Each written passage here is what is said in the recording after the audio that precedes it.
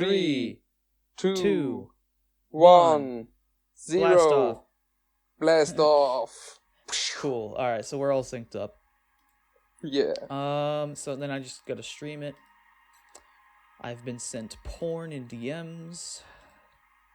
Yeah, gotta stream that. Today we discuss. I think I haven't played Celeste, but from what I see, it's a pretty satisfying platformer. Looks good, yeah. All right, so now I guess we should introduce the podcast. Hey everybody, back once again. Hello. We're still at it, still having fun. At this point, we are going to be looking at the same video again, and we've gotten past. And so in the previous episode, we had talk of sequence breaking, and what our values are as Metroid players and things like that. And it seems like now we're heading into discussion of the Emmys in particular in Dread. So, just a little roadmap, and then that might lead into the storyline as well. So yeah. Is there anything you want to say before we just begin? Thank you for coming around and having some fun with us. Yes, thanks everybody for watching. Alright, so let us begin. Makes sense to do so. The plasticky white on black with minimalist facial features makes the Emmy look like a damn kid's toy. This robot wouldn't be out of place in the Fisher-Price aisle. It may technically threaten the player in-game, but that's about as effective at scaring people as the Stay Puft Marshmallow Man. It doesn't even sound scary. Once again, the developers reused that beep ambience from Metroid 2. Yep. As I said when discussing Samus Return's OST, it's not a scary sound. It was a result of the limitations of the original Game Boy, which only makes sense in that context. For whatever reason, they've made the assumption that it's automatically scary wherever it's used. That Marshmallow Man is terrifying. Oh, okay. You can have that opinion. The Marshmallow Man. I guess if you were standing under it, it would be terrifying. But like in the movie, it's not like a horror movie, right? It's silly. Like, come on, you're watching Ghostbusters and you look at that and you're just like. How does the Ghostbusters quote go? I'm terrified beyond the capacity of rational thought or something that. Oh yeah, I remember that. Yeah. That's funny. Great movie. Yeah, it is funny. Animated very effectively to be terrifying. Nah. Their ability to track you, their invulnerability, and their ability to you're kill you talking instantly about the is Emmys? more than effective. Nah, I don't think they're scary. I think the animation on the Emmys is amazing, but I'm not sure whether I would call it all that scary. Like, yeah, they have good animation. I think the AI is cool, like the way they actually like got it to move around and stuff. It does feel cheap in a lot of moments where you get caught and you're just like, what the fuck? I didn't, like the actual gameplay of the Emmys. Full disclosure here, I'm gonna go ahead of myself for a moment. I'm just gonna say I fucking love the Emmys. Mm-hmm. But they didn't hit the mark for me. They wanted me to be scared of them. They wanted it to be like an SAX or Nemesis from Resident Evil or the Xenomorph from Alien Isolation, one of my favorite games. Yeah. That didn't happen for me. Not for me either. What instead happened is that the Emmys turned out to be some of the most creative and unique boss fights, because I consider them a boss fight. It felt more like a sprinting section a lot of times than a boss fight. True. But that's what makes it special, a boss fight doesn't need to be your typical 15-minute action romp. Metal Gear Solid 3 has a great example. There's a sniper boss fight. Yeah. Depending on your playstyle, it could go on for hours, and it's very slow and methodical. You're basically just sitting in a bush, hoping you see the sniper before the sniper sees you. Nice. And the Emmy kind of felt like a very different idea on a boss fight. It's stalking you, it's making its area very dangerous for you. You cannot just easily explore it, you gotta be on your toes. And it takes a long time before you can finally tackle the Emmy. You're probably gonna be forced to go like Yeah. 3 or 4 times through his area before you finally get the big weapon to destroy it. I'd say I wouldn't see the Emmy as a boss fight as much as I'd see it as an environmental hazard, you know? Where like Or maybe you go just through the Emmy zone like several times, and the only real time that you actually like confront it is when you get that Omega cannon, and that's when things actually change, and it does become a bit of a boss fight, I think. But I mean, repeating the same kind of idea like 6 times in a row was another issue I had with it, where it's kind of like the same as Prime Hunters in a way, where you're repeating the same boss fight like True. at least 4 times in a row in Hunters. It probably would have been more interesting to just have 3 Emmys, maybe, but allow them to roam the entire map. So it's random I guess so. whenever you are like in it would be danger. that would be more Mr. X type gameplay, right? Yes. Or And Mr. Kill. What do they Xenomorph. call him? I don't remember what they call him. I think it's Mr. X. Mr. X is Mr. X is Resident Evil 2. There's Nemesis in Resident Evil 3. Yeah. That would have been potentially terrifying. But as I said before, I think if you're literally like doing some kind of delicate maneuver, maybe on some remote part of the map, and then you just hear the Emmy coming, you're just like, God, oh no! Like I can see that I can see that startling the hell out of you, you know. Or maybe you're entering a completely new environment and you have no clue where to go and you don't even remember where you came from because it's a maze, it's a Metroid game, it's a puzzle, right? Yeah. And then suddenly you hear the chirping or whatever noise the Emmy makes. You'd be like, I don't even know where I'm at, I don't know where to hide, I don't know where to run to. I think exciting. Mechanically they could have been made more scary, but I think also just visually and auditorily they could have been made more scary as well, because at the moment they just don't feel threatening, you know. Yeah, my big problem with the design is that I get the feeling they're trying to reference the Chozo design of robots as seen in Samus Returns. But there's no connection and no story. Oh, you mean like the Diggernaut? It looks a lot like the Diggernaut and its little brothers. It looks like Chozo-Tech. Its little brothers? I thought... Yeah, the Diggernaut had little Diggernaut, like, siblings swirling around it. But anyway, the point is, I thought the Emmys were gonna have more significance in the story. Yeah. They didn't turn out to be very terrifying to me, but fortunately they were quite fun in other ways. So to me the Emmys are an accidental success, I would call them. They're not doing what they're supposed to do, but they're doing they make for an For interesting me. Yeah, they spice the gameplay up a bit, but they're not like they're not this horror monster that you're trying to hide and be scared of, you know. No. And I think you're alone on this whole thing about the beeps from Metroid 2. What do you think about the beeps from Metroid 2? Since I don't consider the Emmys to be very scary, I also don't need the design to be very scary. Due to that, I don't mind the beeps. I don't mind the chirping. It's kind of weird. It's interesting. If scary wasn't what they were going for, then really I have nothing to say about it. But I've seen...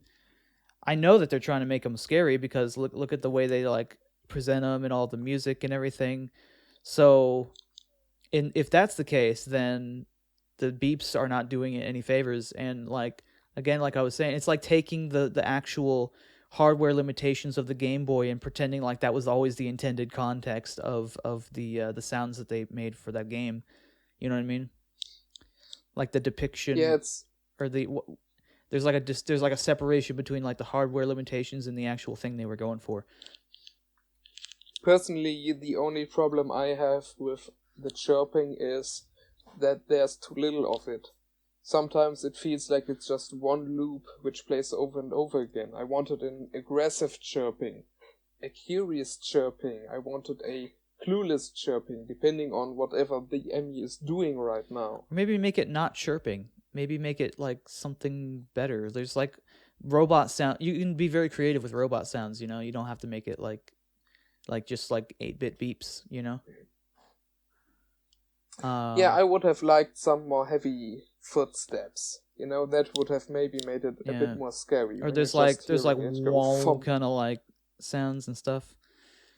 I mean, or it could sound like a literal machine, like an industrial machine. Aren't there prime enemies that have like robot sounds that are really like deep and threatening? There's a couple, yeah. And none are coming to mind right now, but I know there's like gotta be something. I'm thinking of the Sanctuary Fortress, the Ink Smashers, for example.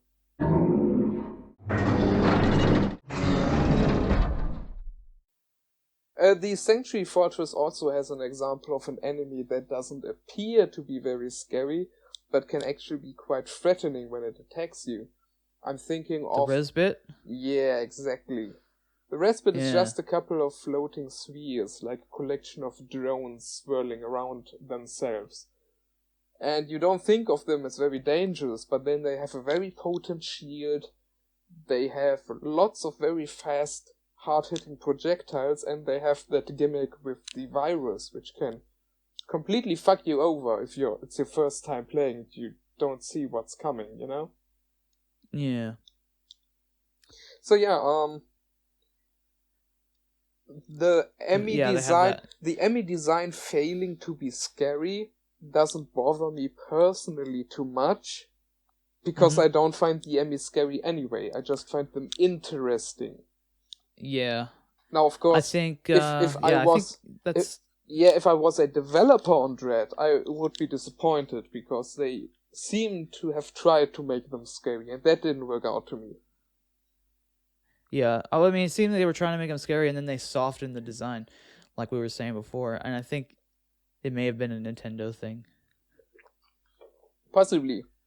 Some of the scrap designs are truly horrifying and very graphic and gory. Yeah. Yeah, it could have been cool to see what they were actually like, if they could have gone through with some of that. I know it was weird because there was no like hang-ups about the Valhalla, there was no hang-ups about the Dark World in Prime 2, those could be like kind of messed up looking and decently, unnerving, right? Yeah, and we got Prime back recently due to the remastered version. And there's some gruesome stuff in there too, one of the first things the experiments and stuff. Yeah, one of the first things many players will do is scan the corpse of a pirate to have a scan reveal to them that he got his spine severed. Yeah. And like internal organs, they talk about just all the different types of injuries that pirates are sustaining because of their experiments and stuff. Like there's ones where they're talking about they've been partially eaten. Yeah, if the space pirates weren't such huge, fascists, basically, you would feel really bad for them. You actually do feel kind of bad for some of them on an individual scale, Yeah. Like that dude is evil. You're just like, ain't nobody deserving that. Yeah, exactly. Like, that kind of death. It's good this is coming to an end. It's good we're getting rid of the space pirates, but really, that guy was eaten alive. That wasn't necessary, Right. And in Prime 2 and 3, you have human corpses, quite a bit actually, for a Nintendo game. And I noticed, if you fail to save the one Federation trooper in the opening, he just floats out into space as a lifeless corpse. There's several troopers you can save, but they're optional. If you're not quick enough, they'll die due to your inaction. Yeah, and that happened in one of my playthroughs, or the playthrough I was doing for the footage for my video, and so I was able to show that kind of that moment.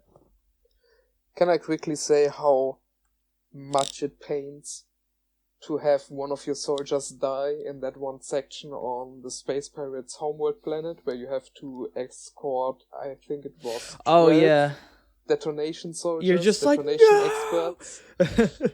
It has the sound effect, it's like, yeah, like somebody is just screeching or like, as he vaporizes or something. Oh yeah, like the whole sound from when the Metroid corpses dissolve.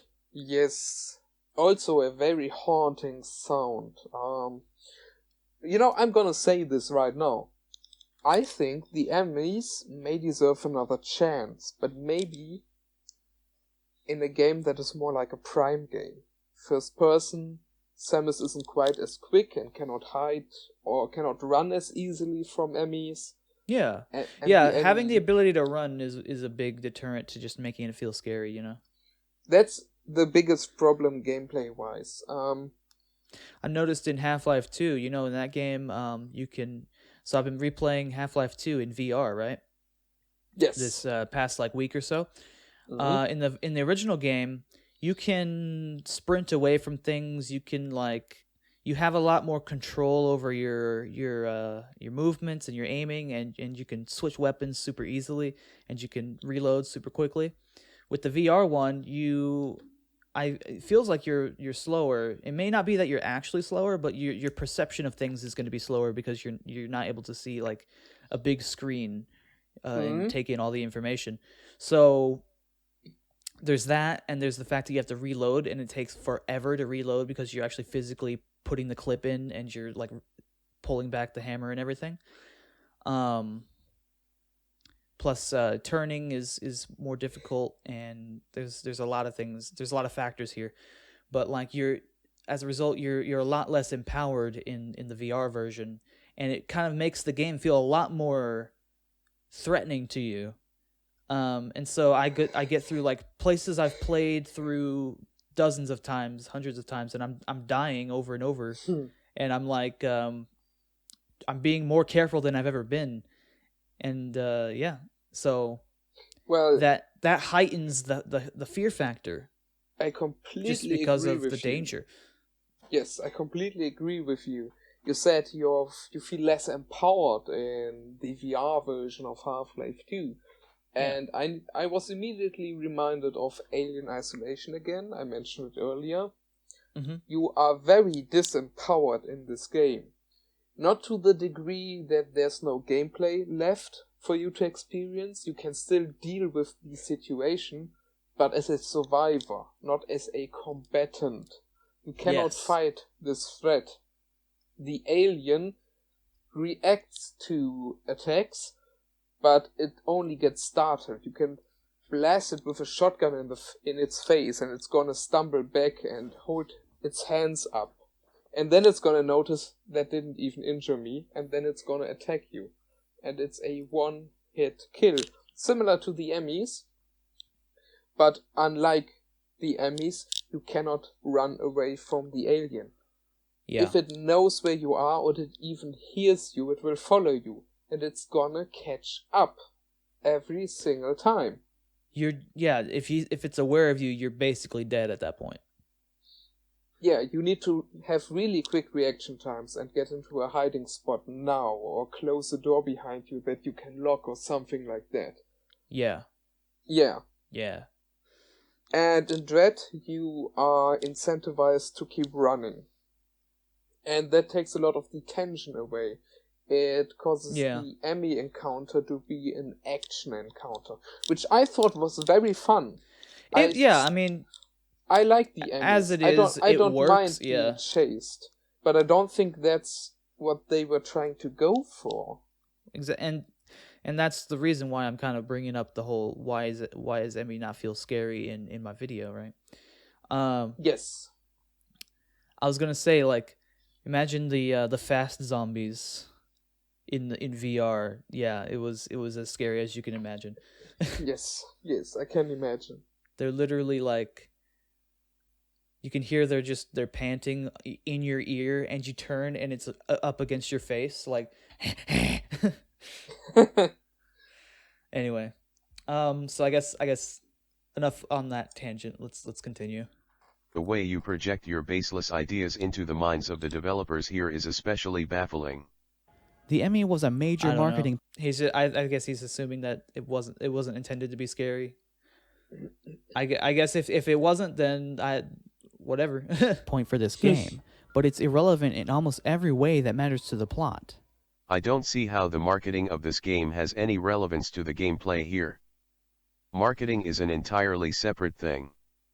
Maybe if you saw... Was it? Oh, he was just saying because I was saying in the trailers it made it look like the Emmy was like super important to the game, But the game um, also makes them appear to be very significant.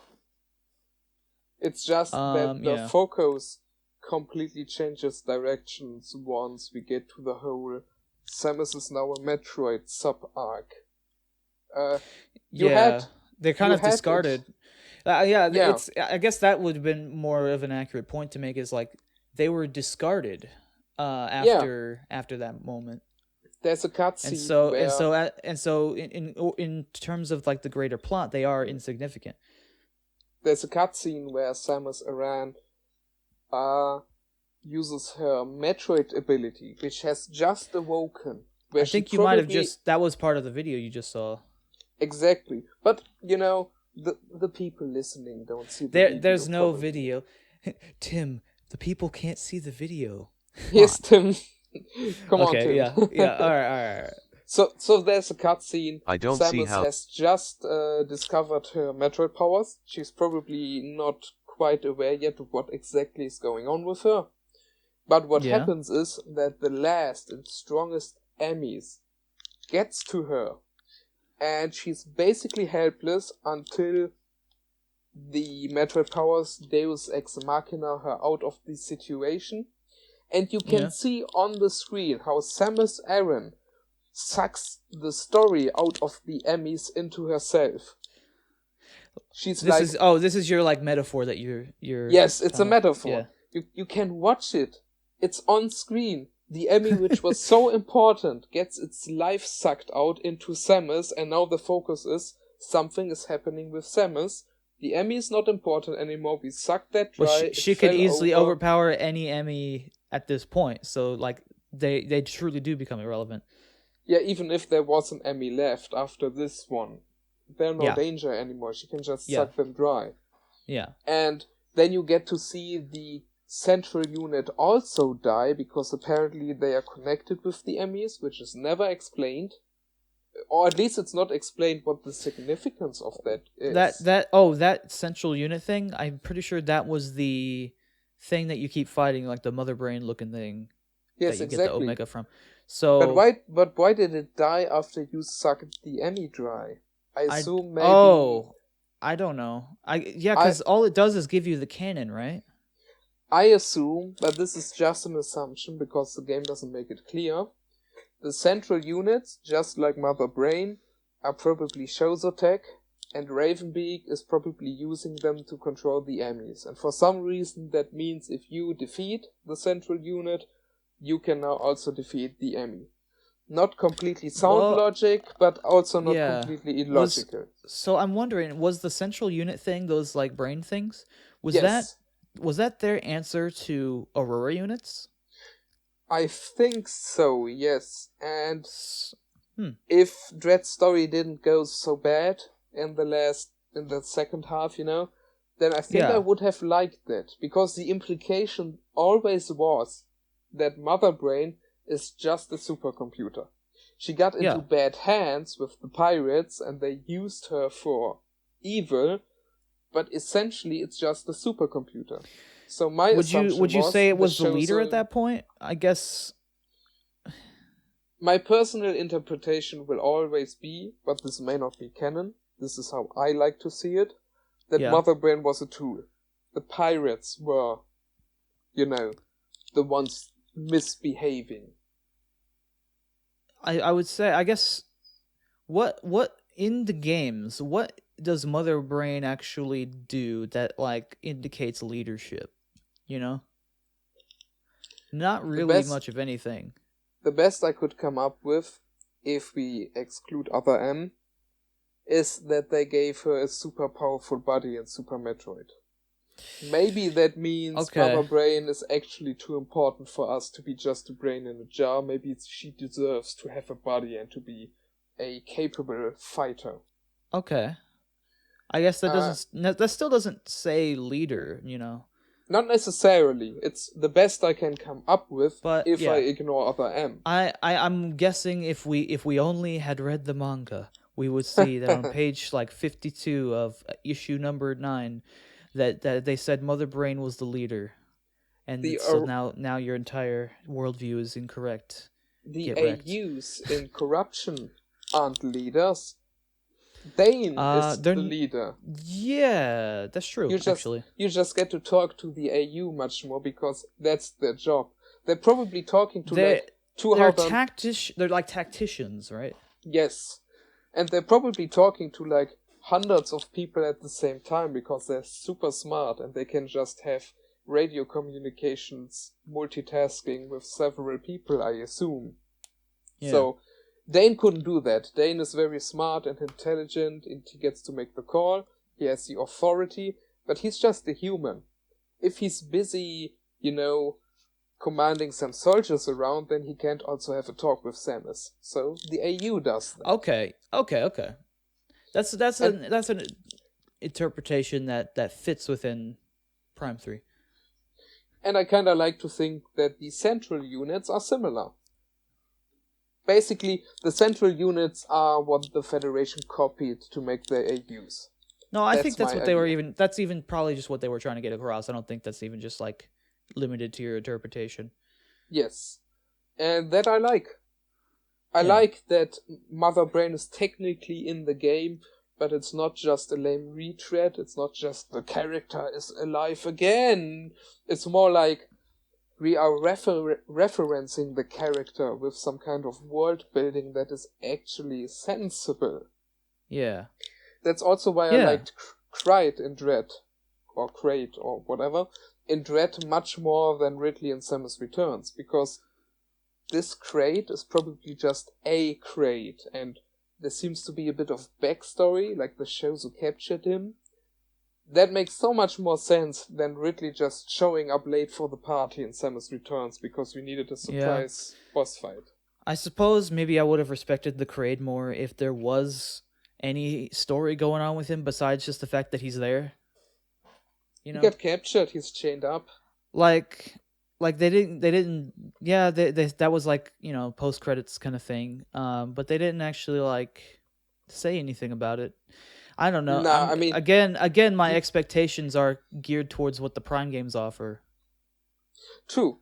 I'm being generous now towards Dread. This is a gradient, I'm not saying it is as good as Prime. The amount of characterization, the amount of fleshing out something is, you can do like some small pieces here and there and kind of build it up.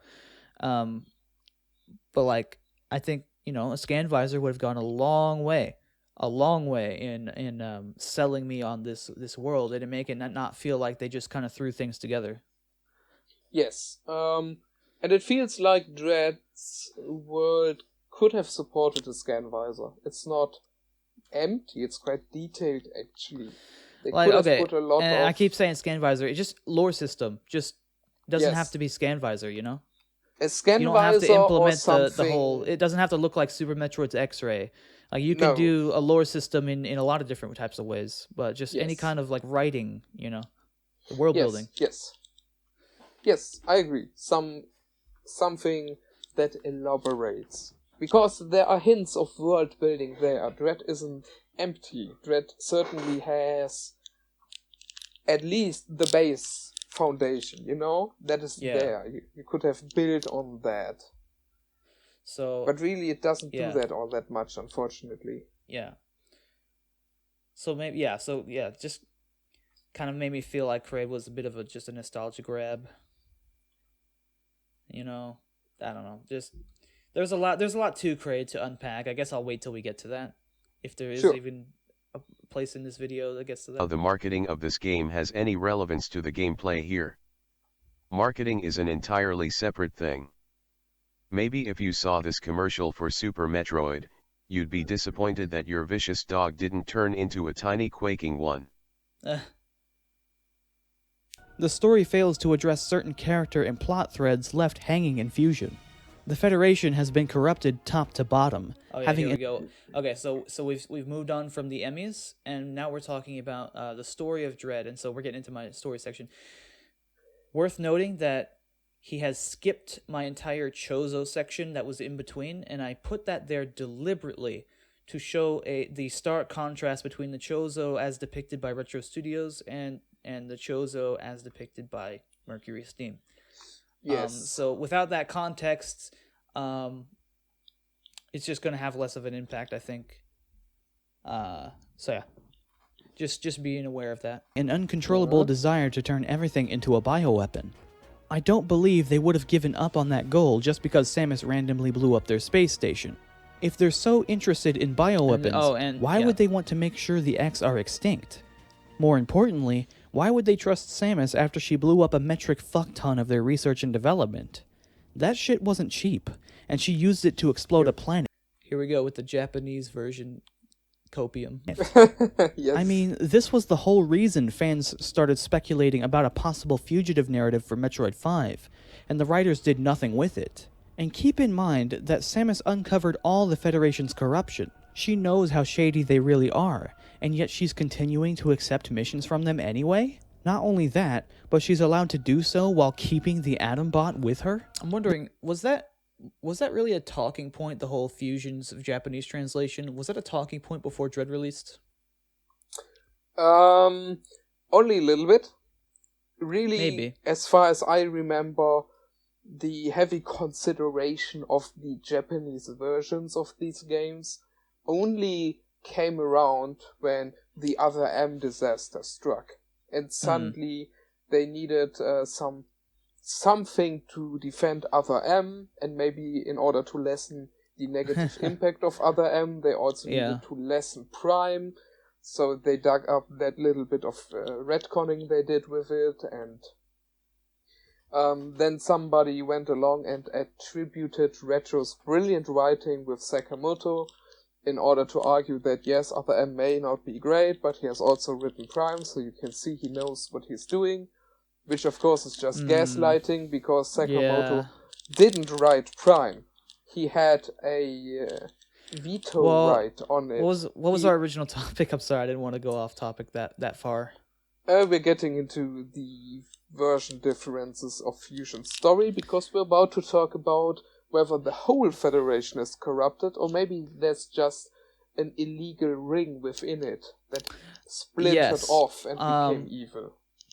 What was I gonna say? Oh, maybe let him talk. Let's just let it go. This is the bot that disobeyed its direct programming and encouraged Samus to destroy all that Federation property. They're hand-waving the entire story so they can start over from scratch again. As I said before, this is a mistranslation of Fusion's part. This would be a criticism of Metroid Fusion's translation, not Metroid Dread. Would it be unreasonable to expect that the American English, westernized, whatever English, German, whatever version of Dread should carry on the plot points that were started by the westernized version of Fusion? Would that be an unreasonable expectation? Not really, no. Metroid got fans all around the world, and Nintendo should know what fans expect, and those expectations come from the earlier games.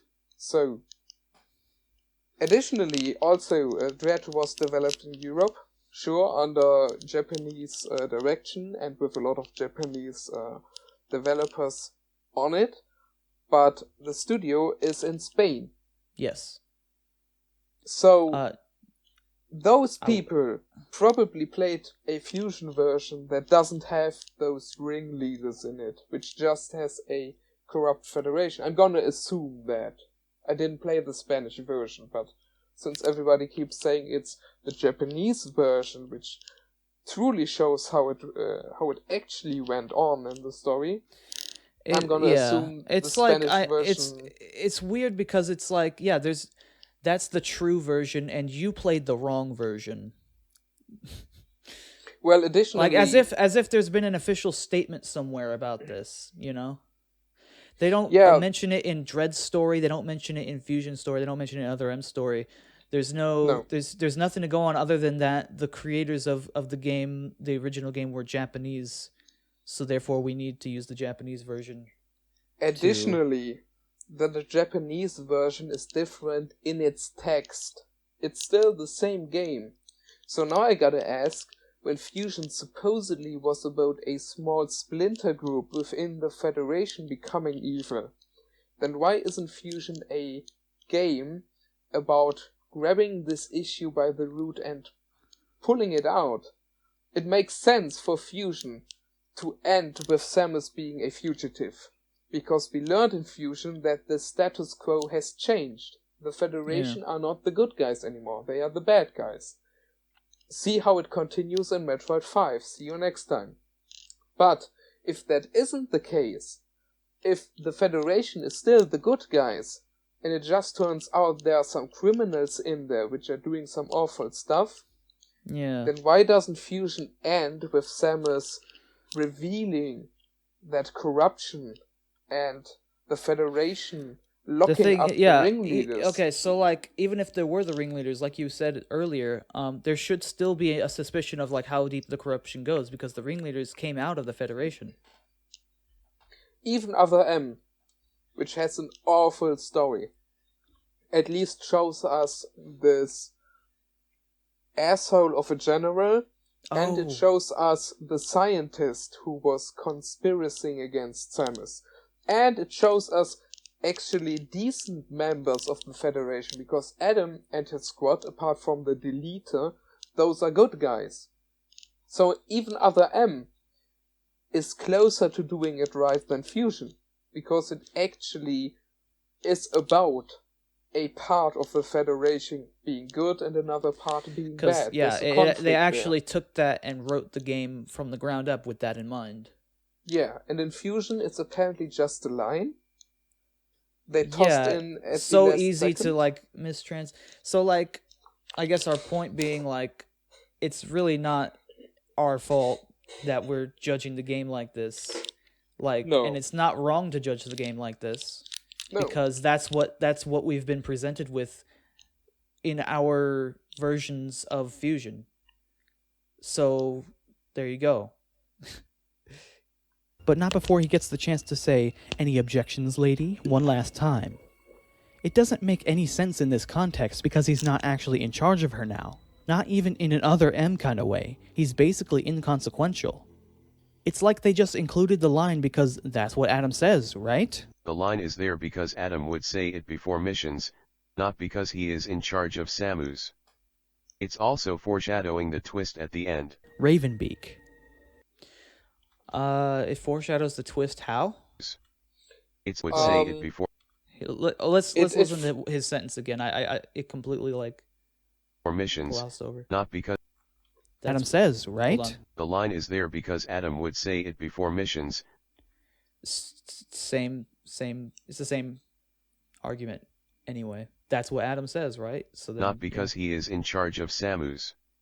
It's also. Well, the reason why Adam, before a mission, asked Samus whether she would have any objections was because he was in charge of her. Yeah. No, you're right. Yeah. If you had a boss and your boss told you to scrub the floor, then I wouldn't come around as your friend and be like, do you have any objections? No, your boss needs to ask you any objections, or do you understand the order? Yeah, exactly. Like, you're right. Even if you told me, yeah, I have objections, what would I do? I would be like, yeah, but I'm not your boss. I can't do anything about that. Talk to your boss. But maybe it's just a friendly gesture now, a friendly little joke, you know? Maybe Adam just says that. I'm fine with that. I'm guessing he just says, they just put it in because that's what he says. That's the whole point. Yeah, that's the Adam catchphrase. It's his little like not the mama or whatever. Roll out. Yeah, transform and roll out. Yeah. Which would make sense since Samus can transform and roll out, basically. What am I saying? What he I had means another by point. foreshadowing. Oh yes, that was it. That's one of the few subtleties I really like about Dredd. Well, here's the thing. The only reason Ravenbeak- you're going to call it foreshadowing is because he just never says any objections, lady, again. Yeah, that's great. As if you're supposed to expect him to. Well, you should. Because he says it like 3 times in the opening. At least Does he? says like... No, he I think says it once. But he says lady like 3 times. The Whatever. real Adam only says like 3 or 4 sentences in the beginning before he's apparently replaced by Ravenbeak. And this short amount, he said lady like 3 or 4 times. We can assume he says lady in all of his sentences, basically. And then for the rest of the game, he never says I didn't get it. Didn't present itself to me that way. Where I didn't put that in my mind of like, okay, he says lady a lot. Well, the biggest issue with this is that the twist doesn't lead anywhere. Samus confronts Ravenbeak and kills him. Ravenbeak should have fucked her over somehow by assuming the role of Adam, you know? Why did she never get trapped or something? Adam could have been like, there's an item there, pick it up, and Samus picks it up and she gets deadly ill because it wasn't an item, it was a virus or something. Ravenbeak never uses the trust Samus has in Adam against her. He only helps her to become more and more powerful. And he pays the price with his life. I say as much about the twist in the video, so yeah. It's just dumb. And I think just him calling her lady is also dumb just from the start of it. And the only reason that he does so in Dredd is because they did it in Fusion. Yeah. So foreshadowing the twist at the end. Ravenbeak. He's your typical flat bad guy, hell-bent on ruling the universe, from what I gather. This character isn't just poorly written, but he manages to be highly offensive, at least to me, a longtime Metroid fan. He's petty, doing evil for evil's sake, by his own admission. He's cutting a lot of what I say. It's probably he's cutting out like the actual humor. Possibly, yes. Let's see. Let's go ahead and look. Let's see. Our main antagonist, Ravenbeak. He's hell-bent on ruling the universe from what I gather. Visual comparisons to Darth Vader are inevitable.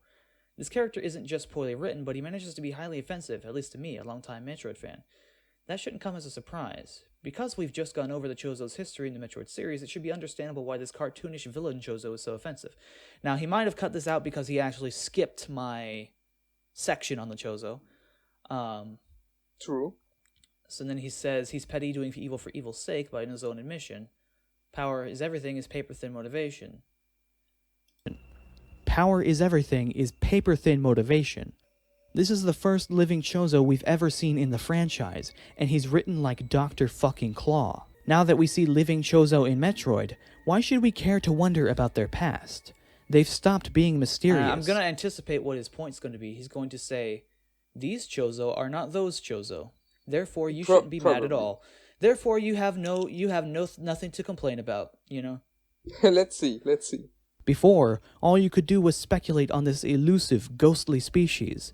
But now, if there's anything you want to know about the Chozo, the story can just let you find and ask one. The investigation of ancient Chozo ruins is rendered thematically irrelevant.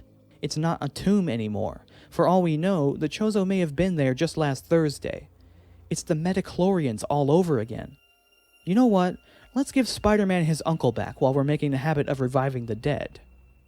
Along with losing the appeal of discovering the past, because of Ravenbeak's character, Metroid's Chozo are also rendered entirely unspecial.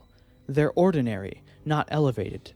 They're nothing more than a bunch of self-interested individuals with no semblance of that trademark collective nature. They are no longer higher beings. They're not above petty squabbles over power.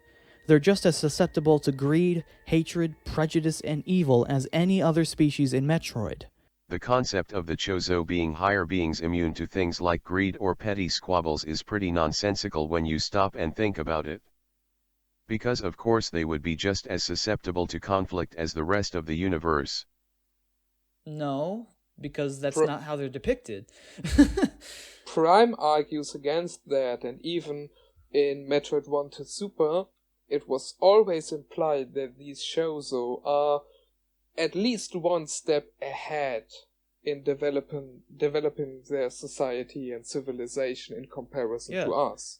Yeah, like in the games you never hear of like the Chozo like conquering or waging war No. unless in defending of their own places, right?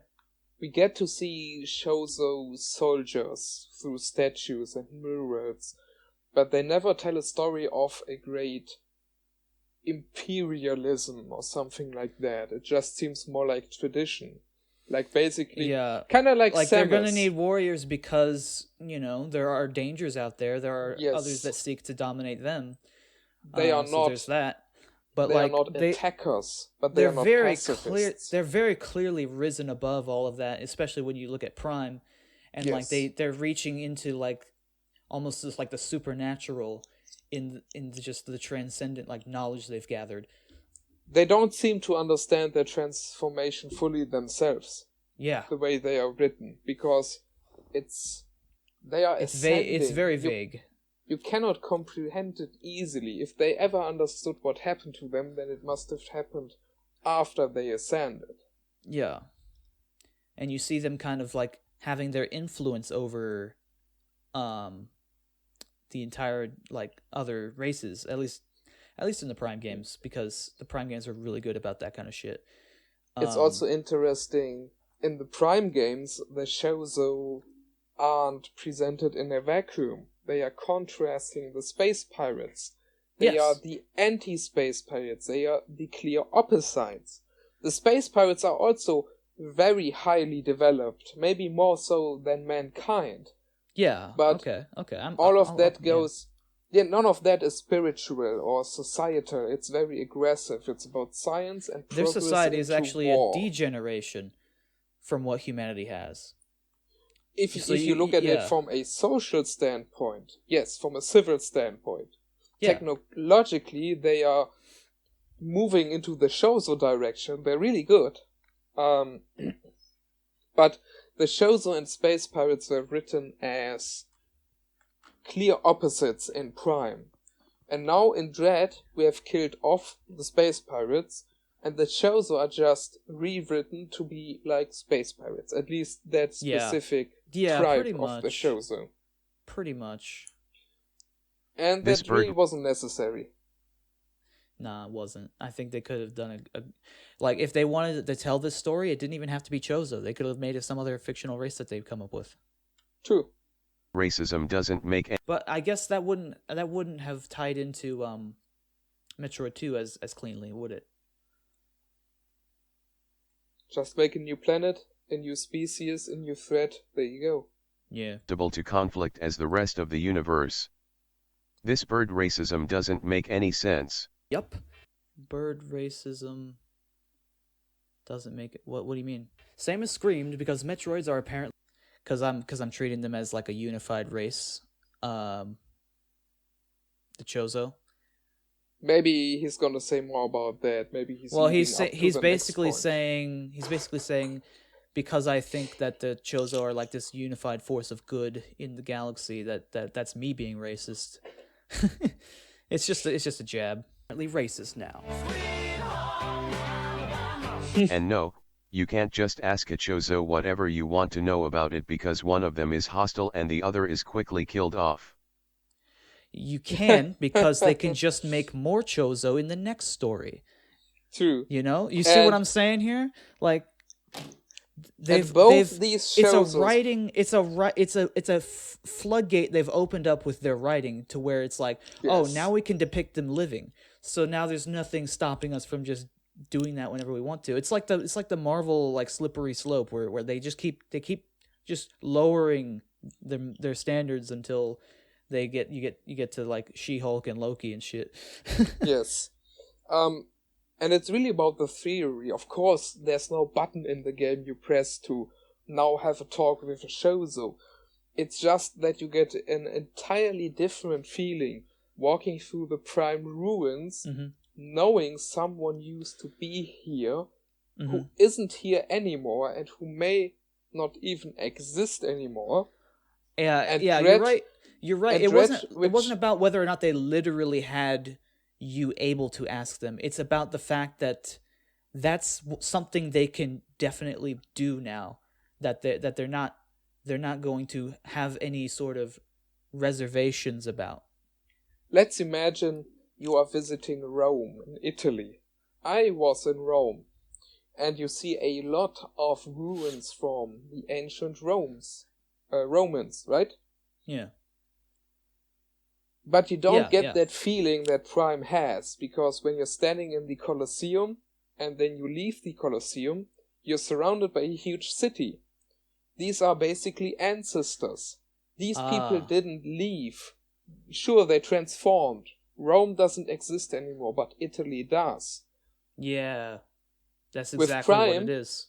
With Prime, you got the feeling, even if the Chozo are still alive, they are probably somewhere so far away that you're never going to contact them again. Here's the point. The point is they're inaccessible. Yes. They're not... You can never speak to them. Kinda the only thing you can do is study their past. What I always imagined the Chozo, if they did not ascend, or maybe not all of them ascended, you know, the ending of Lord of the Rings, when Frodo sails away. That's a journey you probably don't return from, and you don't go there to visit them. That's a goodbye. Yeah. But now we got Chozo which are active, which are nearby, which can be contacted, which have a very recent They have their own influence. lessons to learn still. They have new things to say, and also that's just not fitting with the image of the Chozo. I also want to quickly add, it's really funny how he's trying to defend Dread by saying something that actually makes for a good criticism against Dread, because he's saying what? you cannot ask these Chozo because one of them dies and the other is hostile. Well, the one Chozo dies because he's done spouting his exposition and is immediately killed off after the story has no purpose for him anymore. Because you would have questions. Samus would have questions, wouldn't she? Yes. That's probably the number one reason why they killed him off, because they didn't know what to do when players just walk back to him and press the A button to talk to him. So just kill him off. Yeah. And they also needed him to be an ex-parasite because they needed to have a super convenient way to remove the overpowered super suit from the end of the game, so that the next game there isn't that excuse that she could just beat the game instantly with an overpowered super suit. And Ravenbeak, by the way, is talking to Samus all the time because he's Adam. It's Samus who refuses to respond. Even in the final boss fight, the whole time. Ravenbeak is trying to have a conversation with her. Of course he's talking bullshit. Of course Samus wouldn't have any of that. But she could have replied. She could have said something like, "Why did you do this?" Or "Don't you feel shame in killing your brethren?" Or "I'm never gonna follow you, even if you have to kill me." That would have required them to develop Ravenbeak as a character. And Samus. Both of them. Yeah, and Samus. But the point is, she could have asked him. She just didn't care, because they had this strange gimmick where they pretend she's a silent protagonist, so you get a bit of a spine-tingling shiver when she actually speaks up. Yeah. Which didn't work for me. No. All I'm gonna say... Again, I saw it as nothing but cringe. There was one element which I kinda did like in this cutscene, the exposition spouting cutscene. I thought the soundtrack was very well handled. Just the music by itself. Yeah, it's the Lower North, no, not Lower North, it's Lower Brinstar, right? Yeah. That makes for a good 2D Chozo theme, and then when Quiet Robe has reached the climax of his exposition and the camera shifts over to Samus, her theme starts slowly and quietly and comes into the forefront, like Yeah. That was cool. Unfortunately, it was just. It was only holding there to up a story that punctuate. was Yeah, bad. yeah. It was only there to punctuate that dumb moment. Ravenbeak's goal is identical to the goal of the space pirates, Goria, Mother Brain, Dark Samus. Ravenbeak's goal is identical to the Space Pirates, Gorilla, Mother Brain, Dark Samus. That's a problem. Yeah, that's an issue. That's a problem. Yes. That is a problem. Because the space pirates can be evil. That's what they are. They still have more depth than Ravenbeak, but essentially, space pirates are evil. That's the point. That's why we have them. I don't remember much about Gorilla's backstory. Wasn't he like kind of like an Ultron type thing where he like was meant to be like a protector, but he ended up being like he got too powerful, got out of control, etc. PP. PP? Yeah, it's etc. PG. Oh, extra pages of explanation.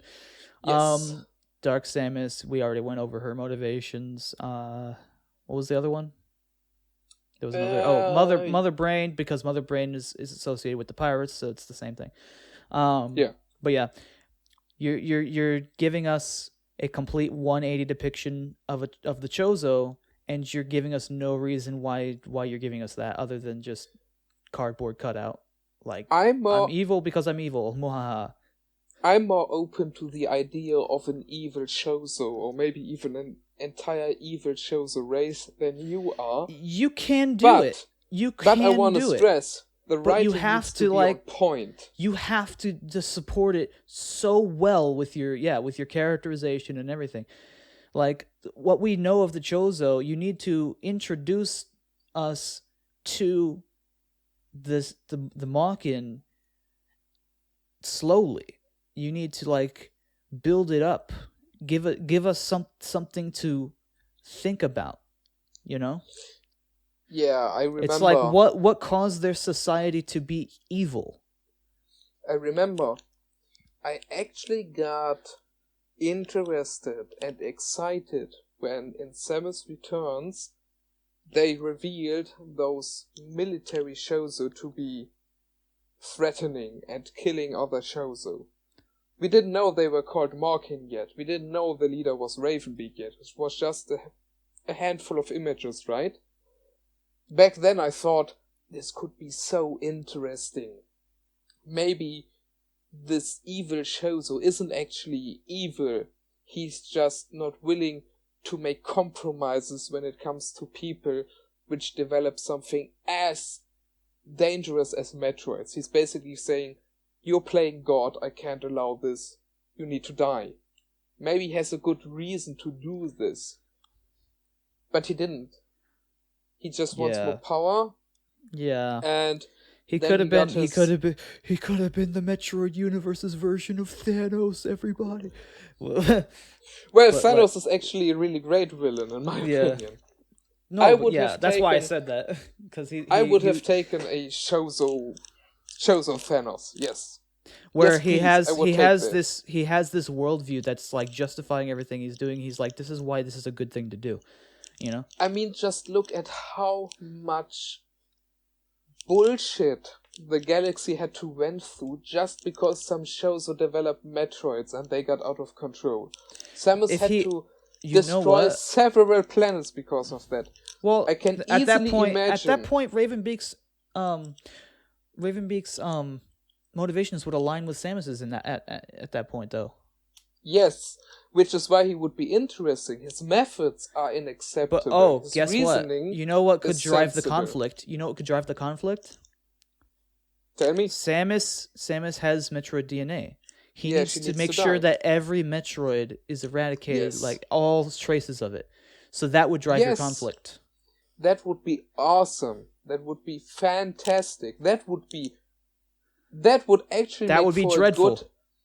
That would also make for a great final for the 2D series. Samus has become the Metroid now. She has protected us from the Metroids. Now she is being seen as a Metroid. And now we have an even bigger bounty hunter in quotes who's hunting her.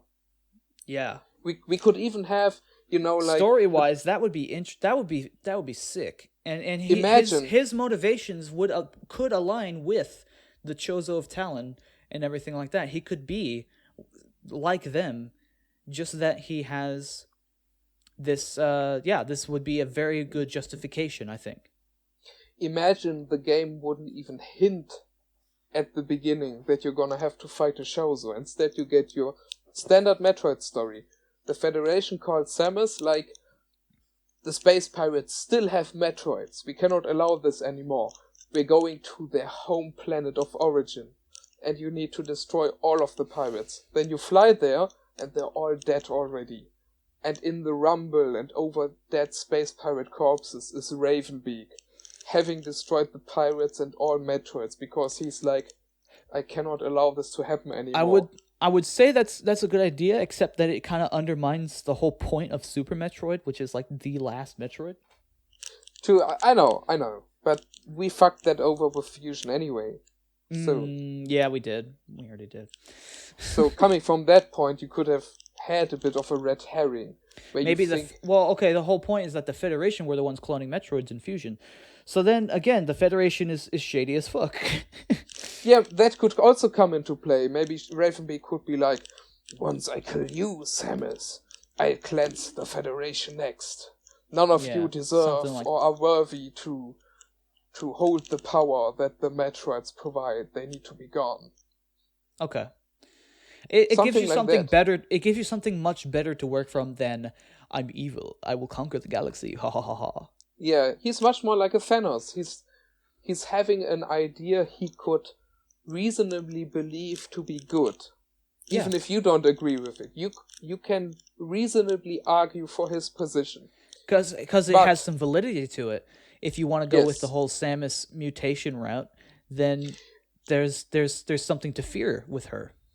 Yeah, just consider all the evil stuff that happened in like 30 years of Metroid history. Yeah. Someone observing it like Ravenbeak may come to the conclusion that the Chozo, the Space Pirates, and the Federation cannot be trusted. Maybe he's not this like Darth Vader type. Maybe he hails from the place that they transcended to, but he had been watching for a while. Maybe he got something cast like out that. And returned to a physical form. Something. Maybe he's even responsible. Maybe he made the Metroids and he knows he made a mistake and now he needs to correct his mistakes. There cannot be a single Metroid anymore. And that gives him an even greater motivation because he's like, now I need to atone. I've done something terrible. And maybe he's a bit like the ghost pirates from Pirates of the Caribbean, where he's like, I cannot rest and ascend and peacefully die until I have fixed You might even this. be able to show some kind of backstory of some other terrible things that happen with Metroids that aren't depicted in the series yet, but that happened during the timeline. Yeah, maybe even... There's so many opportunities there.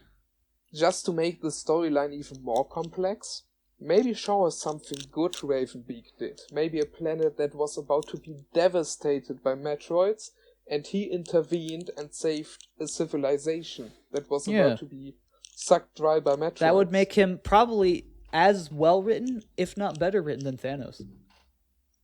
And that would make for a very strong argument to bring at least one or some Chozo back. Because you couldn't tell that kind of story with someone else. Of course, you could say maybe Psylocke wants to cleanse all Metroids, but it wouldn't. But he wouldn't be this almost godlike force, you know. Yes, Ravenbeak would be so much more powerful, and he's connected to the Chozo. He does have some moral high ground, even if he's doing evil things. Yeah. I want to make that game. Yeah. That's also why I thought the idea may have been promising. Why I got a little bit of hype when I unlocked the secret images at Samus Returns and saw that Chozo, because I thought something like this could happen. Yeah, that would be a cool concept.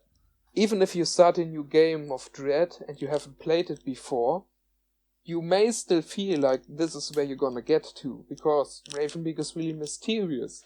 he doesn't say he's outright evil. You learn that at the end, that he's really flat and just evil. So, yeah, that would be a very good way to give Ravenbeak some depth while also paying respect to the Prime games. Yes, exactly. As it stands, the Prime games are pretty disrespected by the depiction of Ravenbeak. So yeah. Probably not. How do you say?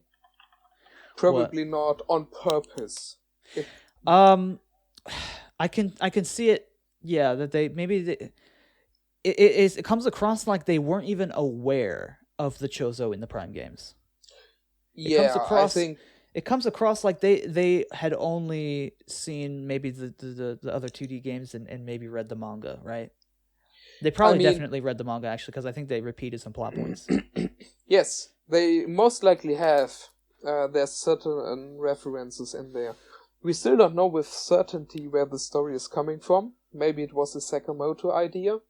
And Sakamoto has said explicitly in the past that he doesn't take the Prime games much into consideration when he is creating his Metroid games. Yeah. Which I wouldn't have a big problem with if he was making better games.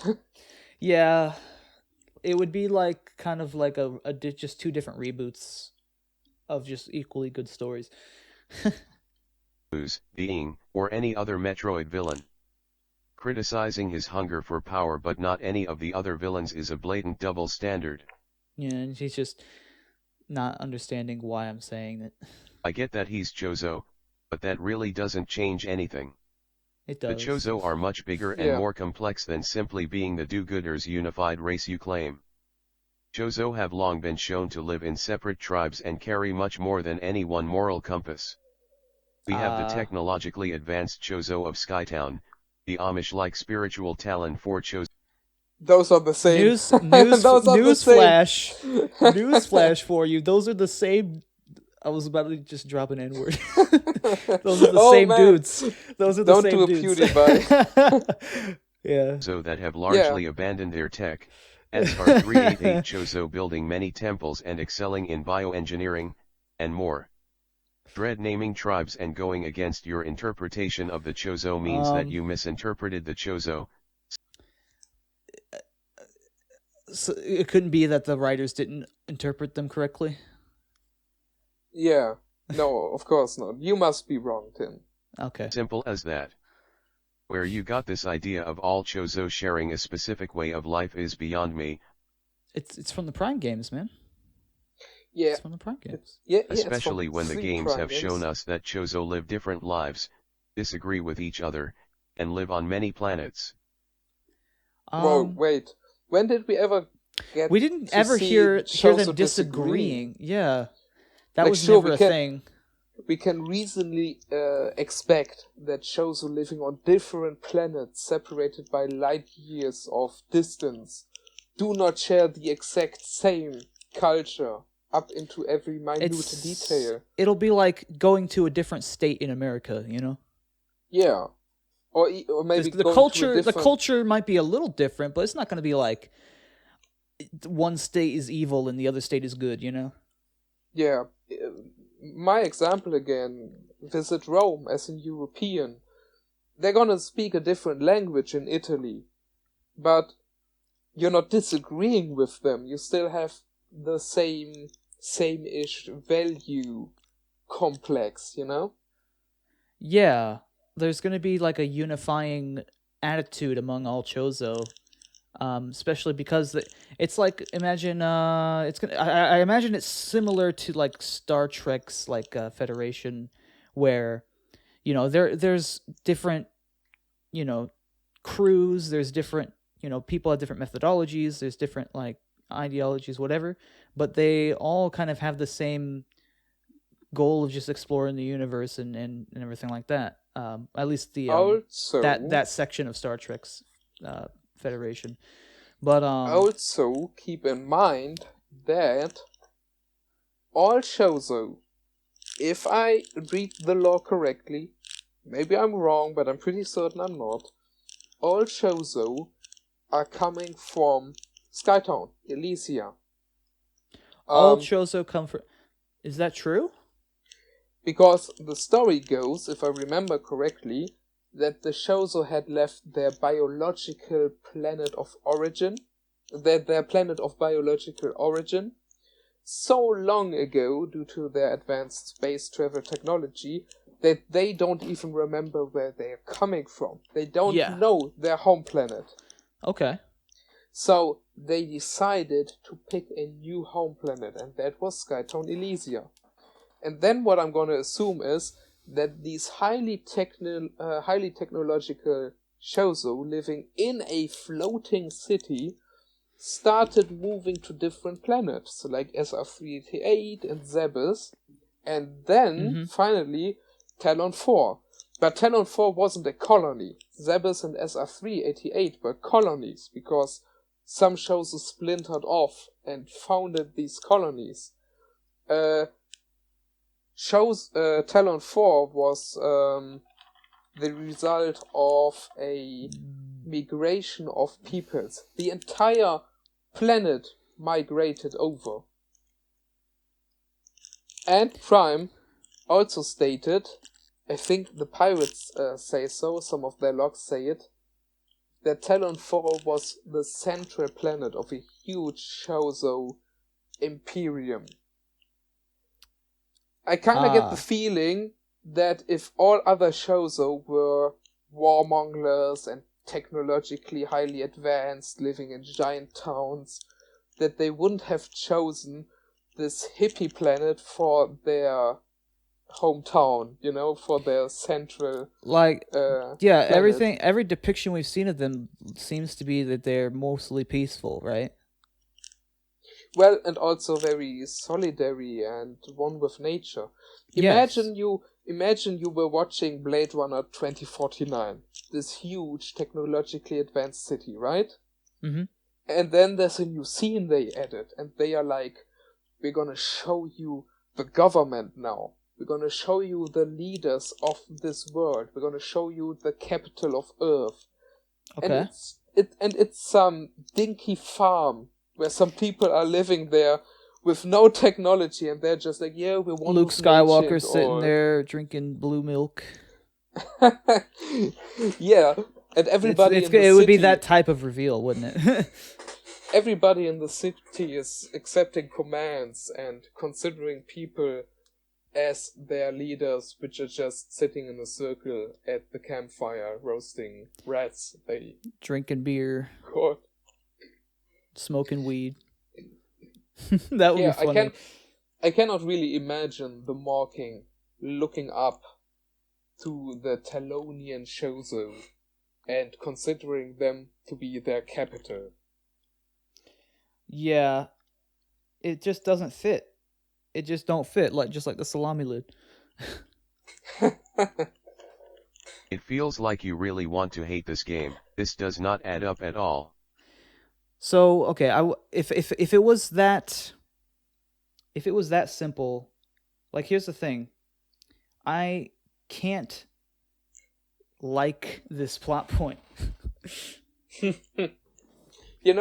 if he was right. It's coming across like I'm choosing to dislike the story for another reason other than that from what I've stated. Well, even if he was right, if you try to dislike the game so much that we must assume that all your arguments are just aiming to criticize it more than it deserves, then I'm just gonna say, well, I agree with most of them, and I'm not trying to hate the game. I'm trying to love it. I pre-ordered the fucking collector's edition twice. I was really hyped for Metroid 5. You cannot believe how often I watched that reveal trailers and all the other trailers, and I was keeping updated with the website because they had a new blog report each week or every 13 days or something. Yeah. I was keeping tabs on this game, and when it finally released, I sat down, did nothing else but to immerse myself and play it. And it didn't impress me well enough. I thought it started off pretty good. I got the feeling, oh man, this is gonna be Metroid 5. This is gonna be so good. And then at the ending I was kinda like... I kinda had a little bit of that. had that hype going on as well. I mean, you can again, my playthrough that I haven't uploaded. I'm so optimistic at the start. You could see me just be like, yeah, okay, you know. And then I see the Ravenbeak cutscene. I'm just like, that's weird. What? And then just like as it continues, it just the life drains from me as I realize that this game is a hand holding simulator. Yeah, when I was finished with it, I was kind of like, alright, I guess we got 2 Fusion games in the series now. Yeah. Let's hope Metroid 6 is better. Yeah. I was glad Metroid is back. I'm still glad Metroid is back. But it isn't properly back because I'm hoping for a continuation of NES Metroid, Super Metroid, Prime 2. We got a continuation of Fusion, Other M's, Samus Returns. I'm not very happy with that. Yeah. We'll see. We'll see if Prime 4 can come out maybe sooner than later. Yeah. I think as soon but as I don't they want it to reveal be. I don't Prime want it to be 4, so soon that they rush anything. Nah. I'm patient with it. The quality is more important than anything else. For sure. But I'm already looking forward to us doing a podcast on the reveal trailer. I'm probably not gonna watch all the trailers because I don't want to ruin my surprises. But definitely, like that initial yes. teaser is going to be very interesting. I'm going to just make that assumption. If they have a nice 2 to 3 minutes trailer, I'm gonna watch that over and over again and accept a little bit of spoilers because I know in their first trailers Nintendo is very careful with their spoilers. Yeah. They're more like teasers. Although I felt like Dread spoiled a lot with its trailer, even its first one, where it's like, you think so? now it's like, yeah, there's invisibility. Oh, there's Spider-Man. Oh, there's all this. And all there's Spider-Man. Yeah. So like the first like third of the game, I wasn't even seeing anything that I hadn't seen before. But Mario Galaxy, Odyssey and Breath of the Wild, you could watch a handful of trailers there without getting all of it spoiled. Well, it's because there's just so much content in those games, you know? Yes. If you just watch the first trailer of Odyssey, you're not even gonna get told you can possess enemies. That gimmick or feature wasn't shown until the second main trailer, which is awesome. Let's continue. Yes. Just because you see a Chozo, especially a hostile one at that, they suddenly become not mysterious. Yeah. And we went over that, I think. Yeah, we went over that. My video lays it out pretty clearly, so I suppose like if you don't get what I'm saying, you're never gonna get it. This entire segment is describing the Chozo as if they were literally one guy, not a varied several colonies located on different star systems. Your nonsensical interpretation of the Chozo fails to make sense, so you blame Dread. Blame yourself. You may notice blame yourself. You didn't like it, blame yourself. Tim, go fuck yourself, Tim. Oh, like the anger is so tangible. Something's a little off with Samus's body language. She's jittery and hyperactive compared to her appearances in Prime. She comes across unconfident and excitable, like she has something to prove. Whenever she enters a new room, she's on a hair trigger ready to shoot anything that moves. And compare this to any entrance she makes in any Prime game. Samus is cautious, but she's not such a nervous wreck. She's allowed to be calm. I would say Dark Samus is a bigger threat to Samus than the Emmys were. Like, you saw in Prime 2, the opening scene, she, like, blasted that crystal apart and immediately just showed Samus to be just, like, not prepared for this type of thing at all. Yeah. And it just drives it home. And even then, she's, like, not... Samus is still not cowering or, I don't know. acting jittery or, looking over her Twitchy. shoulder all scared, right? So, yeah. This Samus has zero chill at any point. She's preemptively poised to kill, yet at the same time she's... and so here's what I do is like I say, well, there's all these moments of her being jittery and scared, and then we just flip-flop into her being completely blank-faced, not caring for her safety at all. And Samus in the Prime games was in the middle. She had nuance to her. There was, like, depending on the situation, it made sense, Yes. In this one, it kind of just feels like we're going from one character to another character because that's what we think would be cool in this shot. She's also reckless. When the story demands it, Samus displays headlong arrogance in her demeanor, as if she couldn't possibly lose. In these moments, she shows absolutely no care for her own safety, no preparation or calculation. She is assumed to be superior to all of her enemies, even to Kraid. This attitude comes across as both... Oh, that was my Kraid edit that he skipped over. It was the belly button edit. Yes. Stupid and cocky, yet the game consistently rewards her for it. Danger clearly isn't a threat in Dread. Yeah. In any normal story, this type of character would quickly learn that the universe doesn't revolve around her, and she isn't a god. This is just wrong. She reeks of confidence and skill, not unconfident and excitable. Then explain her body language in the first, 30 minutes of the game. Or an hour, whatever. She is not excitable, he says unironically, while in my head I have the image of her smashing Ravenbeak down and screeching in his face. Yeah, that screams confidence and zero insecurity. But yeah, the game just disagrees with him, so. You are projecting a lot onto these scenes. It's not the same Samus as the Prime games, but... Why isn't it? That's my question. Why isn't it? Yeah. Why? Why not? It should be. It must be for the story to make sense. Is she not the same person? Prime Samus is the best Samus. Well, yeah, there's that, and it's also just like a story consistency problem as well. Yeah.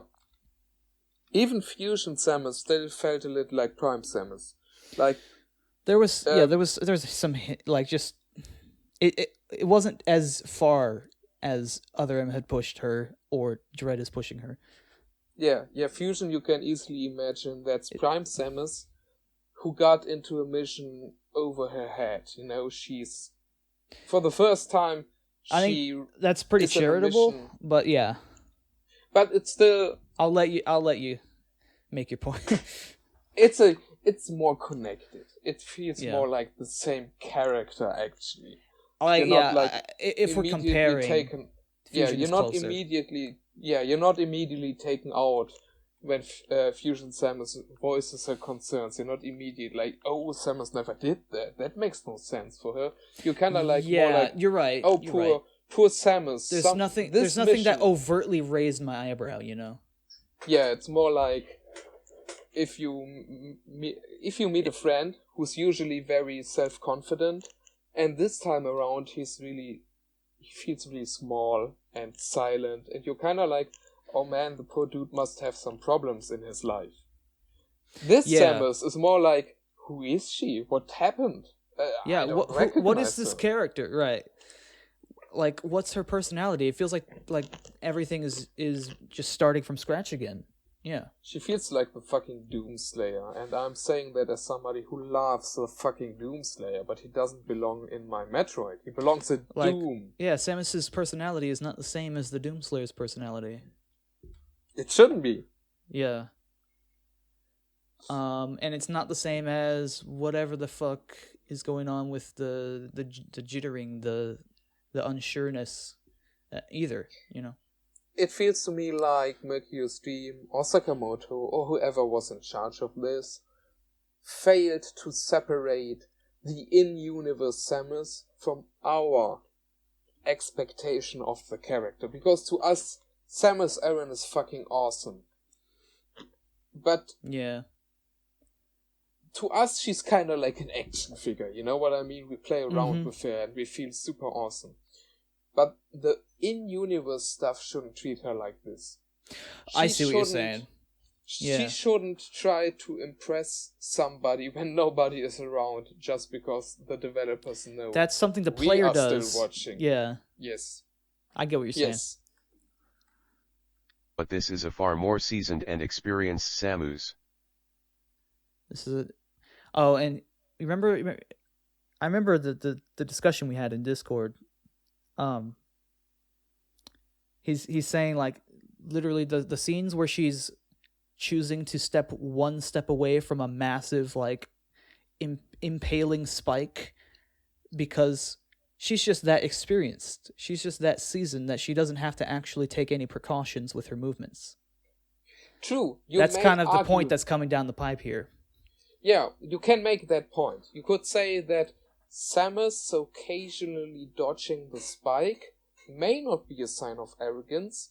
Maybe Samus is so competent that she had perfectly and I don't entertain that at all. I think that's retarded. Sure, I think but that's I'm saying, stupid. Yeah, I agree. But you could say that. It would be logical to say that. Maybe Samus is so good, she's not being casual to express her badassery. She's being casual because that's the appropriate amount of care she needs. It's not the appropriate amount of care she needs. I disagree. Wait. Yeah, I know you disagree. But let's, for the sake of argument, agree with that. Agree that the thing that is wrong is correct. Okay. No, agree with the point. No, I'm okay. I'm walking with you. I'll walk with you. Let's take the Krite scene, where she just casually dodges the spike projectile, right? Okay. Let's say our interpretation is wrong. Samus is not being a badass here showing off. Maybe just Samus is so superior that was the appropriate dodge move, and it just looked casual to us because she's so far above Krite at this point, okay? We'll say that we'll go with that for the moment. Okay. Yes, let's go with that. So, if we accept that, then all I have to do to criticize Dread is to ask the following question. Why? Samus isn't a real person. It's not like she just happened to become so powerful and now we gotta deal with it. It happened because somebody wrote her like that. Somebody made the decision, this is how Samus needs to be. Why? It's not in character, it doesn't add to the story. It's a complete misfit for a game that is supposedly a horror movie. What your criticism is not that. So if you're saying if we buy the argument that it makes sense for her to have done that, you're now asking why did she do that? No. I'm saying even if we twist our perception in such a way that there is no character inconsistency anymore, if we just accept this is Prime Samus, but she has become so powerful that to us it looks like everything she's doing just is very easy to her, right?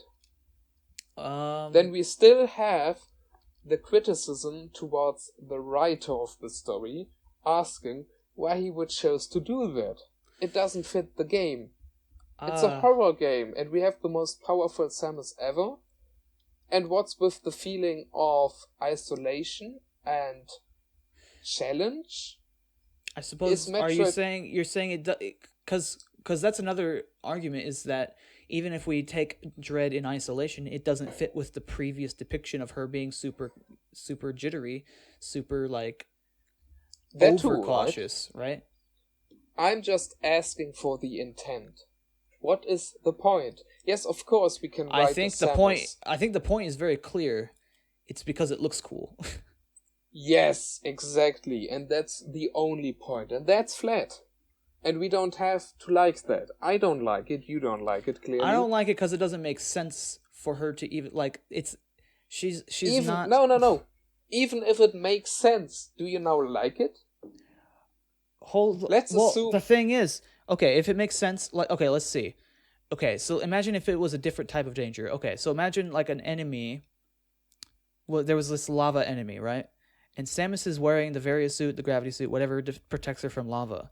And so it's Yes. throwing lava attacks at her, and they're just washing off of her like nothing happened. And she's just Yes, standing there. like She's water. just standing there like, and that's her Yes. attitude. That would still make sense. Yes. Okay, so I would be okay Yes. with this. I wouldn't. There's Because no danger. Why even have it be like that? She's why- not gonna. Okay, she's not like taunting, but she's standing there just like that did nothing to me. Anyway, Yes, shoots and- you. And my assumption, because I was playing devil's advocate here, is that Samus wasn't taunting Kraid. She never was. It was just that she's so above Kraid's I think she's level. taunting. I know. Her of standing in course she front of is. him. Tim, her I'm standing not in being front- yeah. stupid. You are failing to follow me on my... I am failing to follow you. on I my- guess. So you're saying, assuming she's not I'm taunting, I'm being hypothetical here. Of course, she's clearly written to be taunting Kraid. That's what we all can see. But I'm saying that even if we follow the video here in the assumption that she's not taunting him, she's just being very assertive and under control and very experienced, right? Even if we look at it this way, then I still have to ask, why write her like this? What why is write the her point? to be in control and inexperienced? Why? I'm still what is- the hypothetical is not landing with me. What I is think- the point of having a Metroid game where you control a Samus that is so above all of the threats that it's just a cakewalk? So you're saying, Why? okay, We could have a Metroid game which is about Samus doing her laundry. that's what you're saying. Okay, so She why would- why of not course she depict the would. threat as actually being threatening?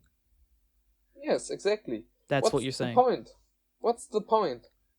You can argue this Samus is very powerful and she's. I get above- what you're saying. Okay, so you're saying okay. So we're saying if we take the argument in this video on its face Yes. that it's correct, we still have that Yes. question of like you're still robbing the boss of its threat factor. Yes, exactly. So Samus is not taunting, we assume for a moment. Which means she's ultra fucking capable and powerful. Even okay. Now it's landing. Now I'm getting what you're saying. It just kind of like took a minute to parse like the whole like because I was walking with you and we were walking on some unstable ground, I guess. Walking on thin ice here. So So what's the point of the game and its story? We're playing a Samus mission which is so fucking easy for her, she doesn't even have to try. Well, how about you make your Metroid games about her exciting stories and not Yeah. about her lame stories? Like, if Samus returns from Dread home, and let's assume she has a husband, and her husband asks her, how was your day, Yeah. honey? She's just gonna be like, it's sexy what- time. Let's go. this was the most boring mission I ever had. I almost fell asleep. It was just a tiny little planet and some Chozo dude. He thought he was hot shit, but really I'm Yeah. so fucking powerful. I just walked in and accomplished the mission. I get There what you're was no saying. threat. So the point of so even if with my lava creature example, what would be the point of that scene? You know. Yes, or another example. Why would you make a racing game where Captain Falcon from F-Zero suddenly is racing against, Gary the Snail. Yes, Gary the Snail. It's like, alright, Captain Falcon isn't taunting the snail by being 1 million times faster. That's just how good he is. But why Yeah. are we playing this shit? What's the point? Of course Captain Falcon fucking obliterates the snail. I think the point has been made clear. Yes. So yeah, I think we have 2 points of contention here against this this depiction of Samus, and so I guess we'll continue the video. That's why encountering Kraid is so unremarkable to Samus. Comparing this to Captain America is a false equivalence. See? Sorry for interrupting. His Kraid thing shouldn't is be... he should not Kraid be shouldn't unremarkable. be unremarkable. Right. Kraid is fucking awesome. He's pretty good in Dread. Why should we consider him unremarkable? We should be excited to see him. Yeah, it's like at the same time you're building Samus up, you're also tearing Kraid down. You're making him look lame. Yes. What's the point? Why is he unremarkable? Why is her adventure to be unremarkable? It should be exciting and full of tension. I get you. It's because you fail to realize that you're comparing a superhero origin story to a different character that is much... No, the point with Captain America was just a visual. Typically in stories where someone's just like taunting and they're like acting like they're the hot shit, they typically learn their lesson. Yeah, and Captain America is being awesome for being himself while he's getting beat up.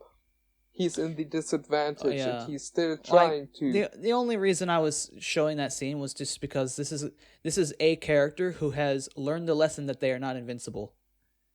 Yes. And that's about it. Typically characters learn that lesson, especially if they're taunting and being haughty and whatever. Much further along in their story. Samus has already been through so much by Dread. She's become confident as... Like, imagine, Iron Man fighting Thanos and just being like, that all you got?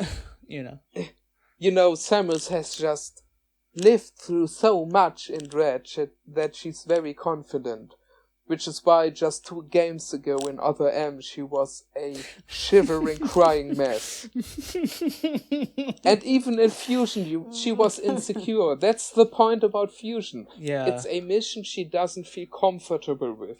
It's a mission she would have preferred to decline. It's also like such a sudden change. No other Metroid game has like been this, on the nose about it. It's like, Tim, why aren't you used to this by now? Because it's the first game that's really done this kind of garbage. They didn't even build up to it.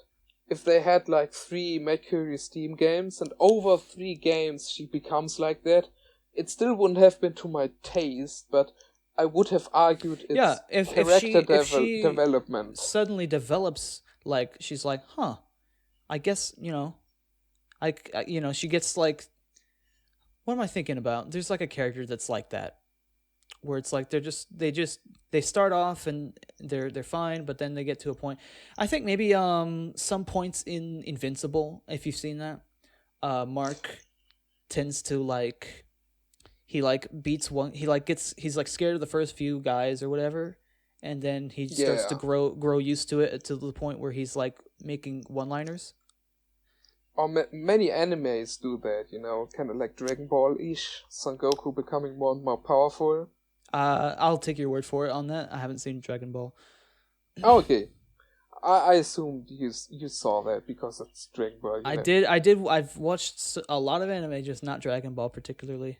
Okay. I did watch JoJo, which JoJo kind of has the same thing going on, where it's like from the start he's just a complete like Giga Chad, Oh, maybe not Joseph, but definitely Jotaro. As a result, Dread is not a Samus. Joseph still kind of a Giga Chad from the start. Origin story.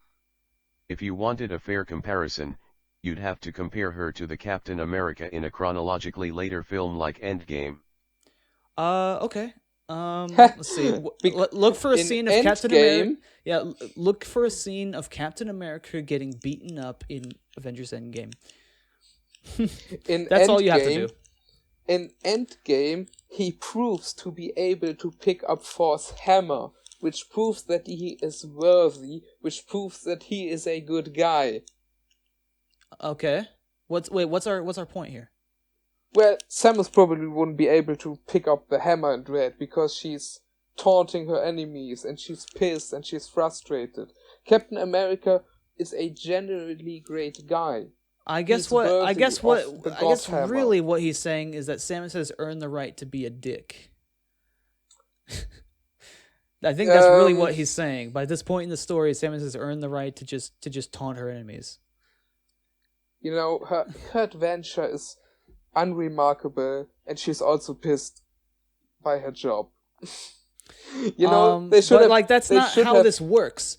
Like, just because she she maybe she's competent, maybe she does know what she's doing.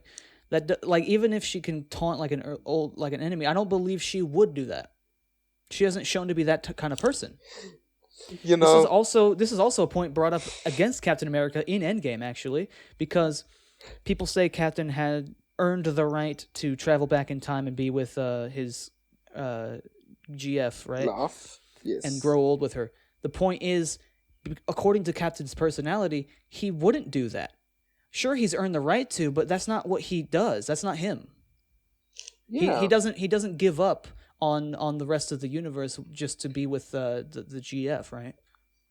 You know how you can easily visualize in your head how mischaracterized Samus is in Dread? Just How? imagine Dread had a voiced Samus Aran. What would she say? Would that feel like Samus Aran? I imagine her walking into Kraid's room and she'd being say, like, "What up, bitch?" not that shit again. Not this She'd shit. be like, yeah, she would be written like Velma. or she confronts Ravenbeak and she's like, you're going down. Yeah. Mother, She, time to you know go. what? You know what she kind of reminds me of now? What? She reminds me of Ash from Evil Dead, who was a victim at the beginning in your usual horror movie, right? Yeah. But then he ended up being haunted by demons for all of his life, and now he's just fucking done with it, and he knows how to deal with it. And now he's just quipping with one-liners and being annoyed, you know? Nice. Okay, I need to go soon, so Yeah. I'm gonna propose maybe one more of his points. And One we'll more see point, and then what we're he done. has to Yep. say. Very good. That'll work. Additionally, Tim showcases the Corpius death scene and the Kraid death scene as examples of Samus acting out of character. Mm-hmm. This is a relatively common criticism that these two scenes face. My take on this is that yes, these scenes certainly are pretty over the top compared to what we've seen before in other cut scenes, but I'd say they aren't all that different from... See, the difference between this is she had already defeated it, and actually this was her. Danger. She's not in danger. She was landing after coming out of that head, and that head fell. Yes. And so in Dread, she actually is jumping through like the tail of the thing, and it does this like, this picture perfect collision with the wall, and she jumps through its tail, and she comes out unscathed. Like, yeah, essentially, she had no idea of knowing that it was dead or not, and so, like, her just stopping to do that, it just doesn't work with me. And with Kraid, I mean, it's very clear the obvious issues with Kraid.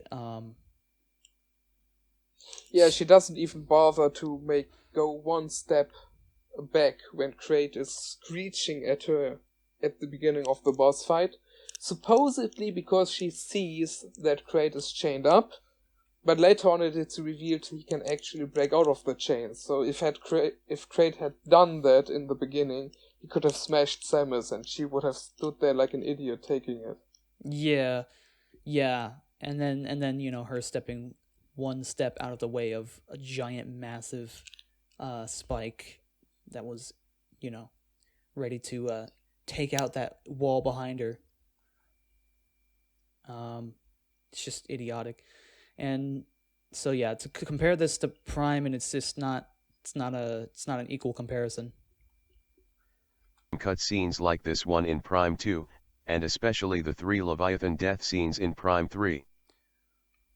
Well, even again, aside the Leviathan deaths, she had already defeated them, The law clearly states that the Leviathan core itself is completely helpless, which is why it attracts other creatures and corrupts them, so these mutated creatures can protect it. And yeah, that makes sense too, because I mean, why are you fighting a boss if the other thing had any means to defend itself? It doesn't have any. Yeah. From that, I think it's far more important to consider how these cutscenes compare to the gameplay. Tim makes a point in his addendum video that I'd like to show you. Oh, are we done? Or do you want I to? think we're done. I think Yeah. we're done for today. Yeah. We leave some rest for the next time. Yeah, I'll probably look at that. What was the name of the freaking first boss in Dread? I'll look at that cutscene again and try to Scorpius. nail down my language more on it, so that I Yeah, and so that I maybe can, yeah. maybe watch the cutscene with the experiment too, because that's one, as you know, that I kind of like. The one because in it's- Kataris. Yes, with the giant creature on yeah, and the she's- heat pump. Yeah. Because like- that one yeah. leans more into Prime territory. It's still not Well, quite I there, still think but she's still like. Yeah. Does she maybe got- backs up a few steps? we're gonna talk about that next time. We'll see. Okay. That was Join that was us this one. A bit of on a short our episode next- this time, but yeah. Yes. Yeah. On the next. This was next our time. quickie.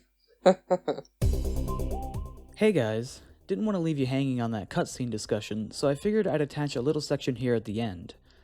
Of course, if we just compare Samus's poses in each scene, they're gonna look pretty similar. But if we take each cutscene in its full context, the differences between these depictions of Samus become clear. In the Prime 2 Quadraxis fight, we see that Samus was flung upwards from the exploding Quadraxis head. She then uncurls and attempts to use her jetpack to slow her fall. Even still, she's gonna fall a long ways, so much that she'll need to crouch as she lands to absorb the impact. It just so happens that as she lands, the Quadraxis head is also tumbling and then exploding, after which Samus arises and sees the Annihilator beam awaiting her. She did only what was necessary to prevent herself from getting injured from the fall. To contrast this, in Dread, we see that the monster isn't quite yet defeated, and is getting ready for another attack. Instead of performing evasive maneuvers or trying to finish it off, Samus chooses to slowly walk around and stand there in a relaxed stance, charge her beam without breaking eye contact, and shoot it while jumping out of the way only at the last possible moment, so the whole money shot can take place. She's very clearly toying with this creature, making it seem like an absolute joke. This comes across less like a warrior doing what she has to do to win a battle, and more like an MLG quickscoper teabagging on the enemy. Or one of those Smash Bros. Highlight reels.